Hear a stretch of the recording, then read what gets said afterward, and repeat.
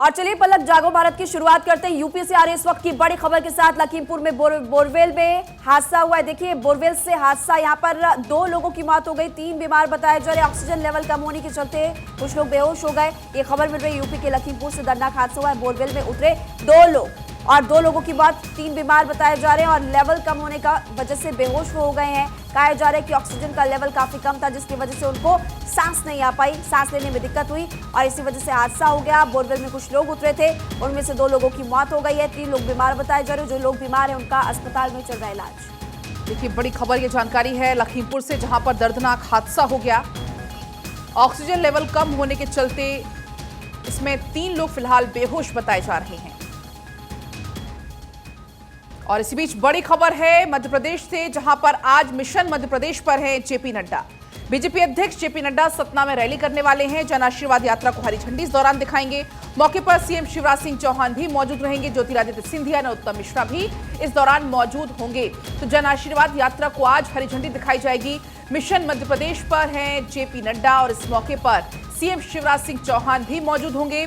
जन आशीर्वाद यात्रा को हरी झंडी आज दिखाई जाएगी। साथ ही गृह मंत्री नरोत्तम मिश्रा भी इस दौरान मौजूद होंगे।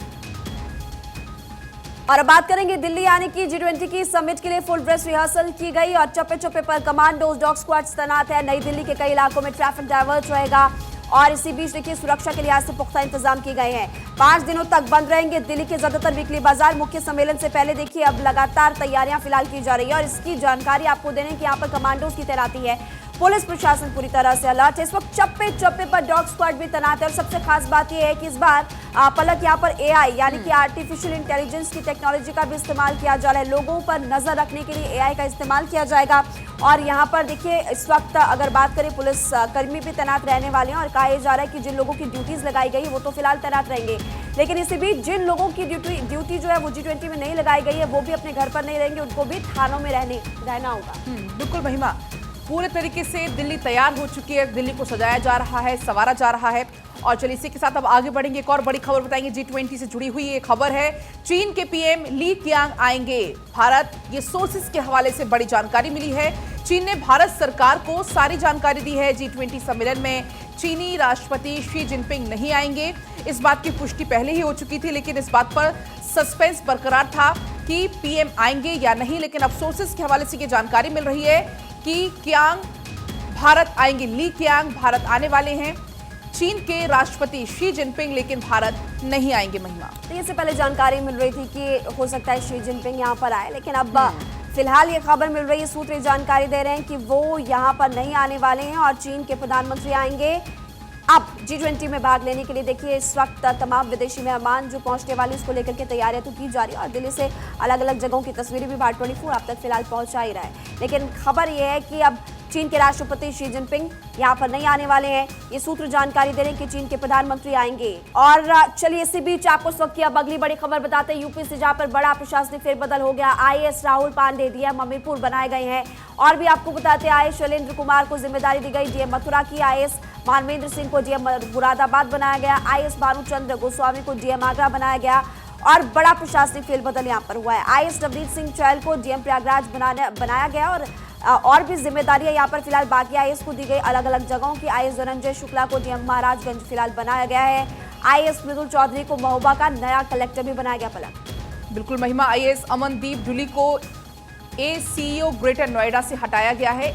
आईएएस जूली विशेष सचिव कृषि उत्पादन आयुक्त शाखा भेजे गए हैं। और इस बीच एक और बड़ी खबर है, सीएम स्टालिन के बेटे की सनातन पर विवादित टिप्पणी सामने आई है। सनातन का विरोध ही नहीं बल्कि इसे खत्म करना चाहिए, जैसे डेंगू, मलेरिया और कोरोना को खत्म करना चाहिए।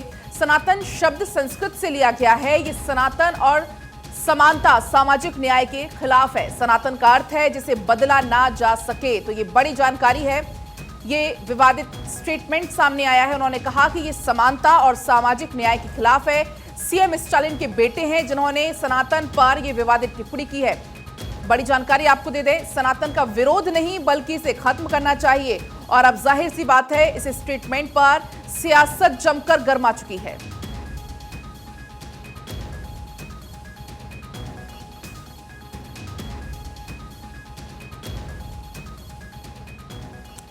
और चलिए पलक अब शुरुआत करते हैं न्यूज़पेपर हेडलाइंस की। आज के अखबारों में कौन कौन सी हेडलाइंस है, कौन कौन सी खबरों को प्रमुखता से बताया गया, सब जानकारी हम आपको देने वाले। सबसे पहले बात करेंगे राजस्थान की। केंद्रीय गृह मंत्री अमित शाह की अगर बात की जाए तो वो फिलहाल उनकी आज परिवर्तन यात्रा यहाँ पर होने वाली, उसको वो हरी झंडी दिखाएंगे। और इसी बीच देखिए ये भी आपको बता दें कि कई मायनों में खास ये होने वाली है।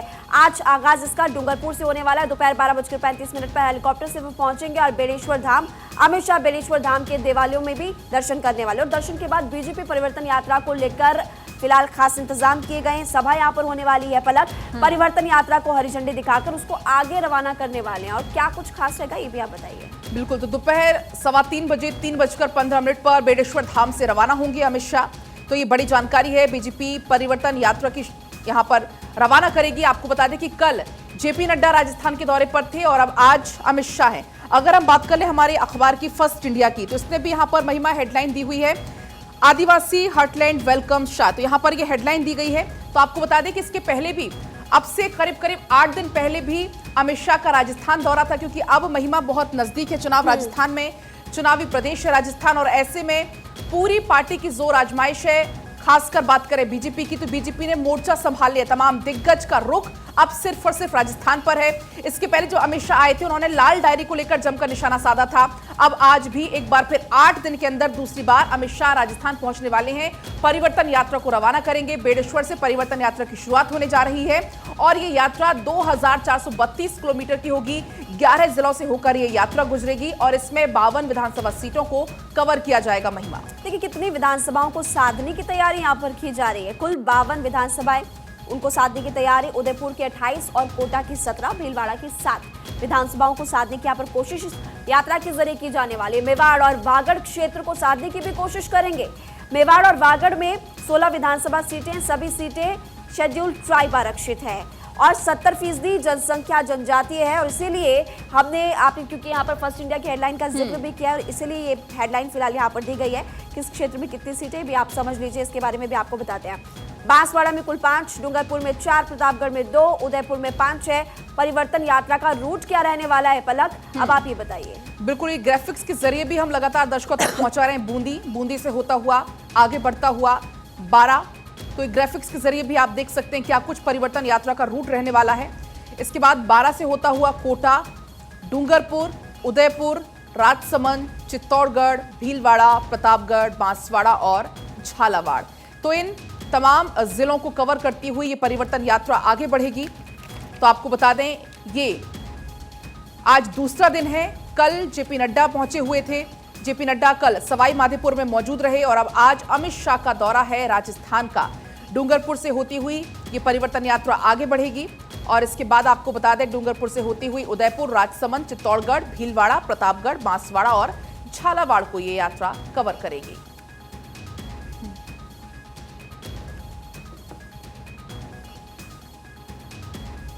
और अब आगे बढ़ेंगे महिमा, हम एक और बड़ी खबर का यहां पर हम जिक्र कर लेंगे। जनसत्ता मेरे पास अखबार है, इसमें हेडिंग सबसे पहले मैं बता देती हूं। हेडलाइन है, एक देश एक चुनाव समिति में शाह, आजाद और अधीर रंजन शामिल। लेकिन एक और इसमें जानकारी है कि अधीर रंजन ने समिति का सदस्य बनने से इनकार कर दिया। उन्होंने साफ तौर पर कहा कि मुझे उस समिति में काम करने से इनकार करने में कोई झिझक नहीं है। जिसके संदर्भ की शर्तें उसके निष्कर्षों की गारंटी देने के लिए पूरे तरीके से तैयार की गई हैं। मुझे डर है कि ये पूरे तरीके से धोखा है। तो जिस तरीके से महिमा वन नेशन वन इलेक्शन को लेकर लगातार सियासत गर्मा रही है और उसके बाद अब ये कमेटी का गठन हुआ है, अधीर रंजन चौधरी को भी इसमें शामिल किया गया है। अच्छा, कौन कौन से बड़े चेहरे वो भी एक बार हम बता देते हैं। इसमें भी यहाँ पर ये फोटो के साथ यहाँ पर ये दिखाए गए हैं।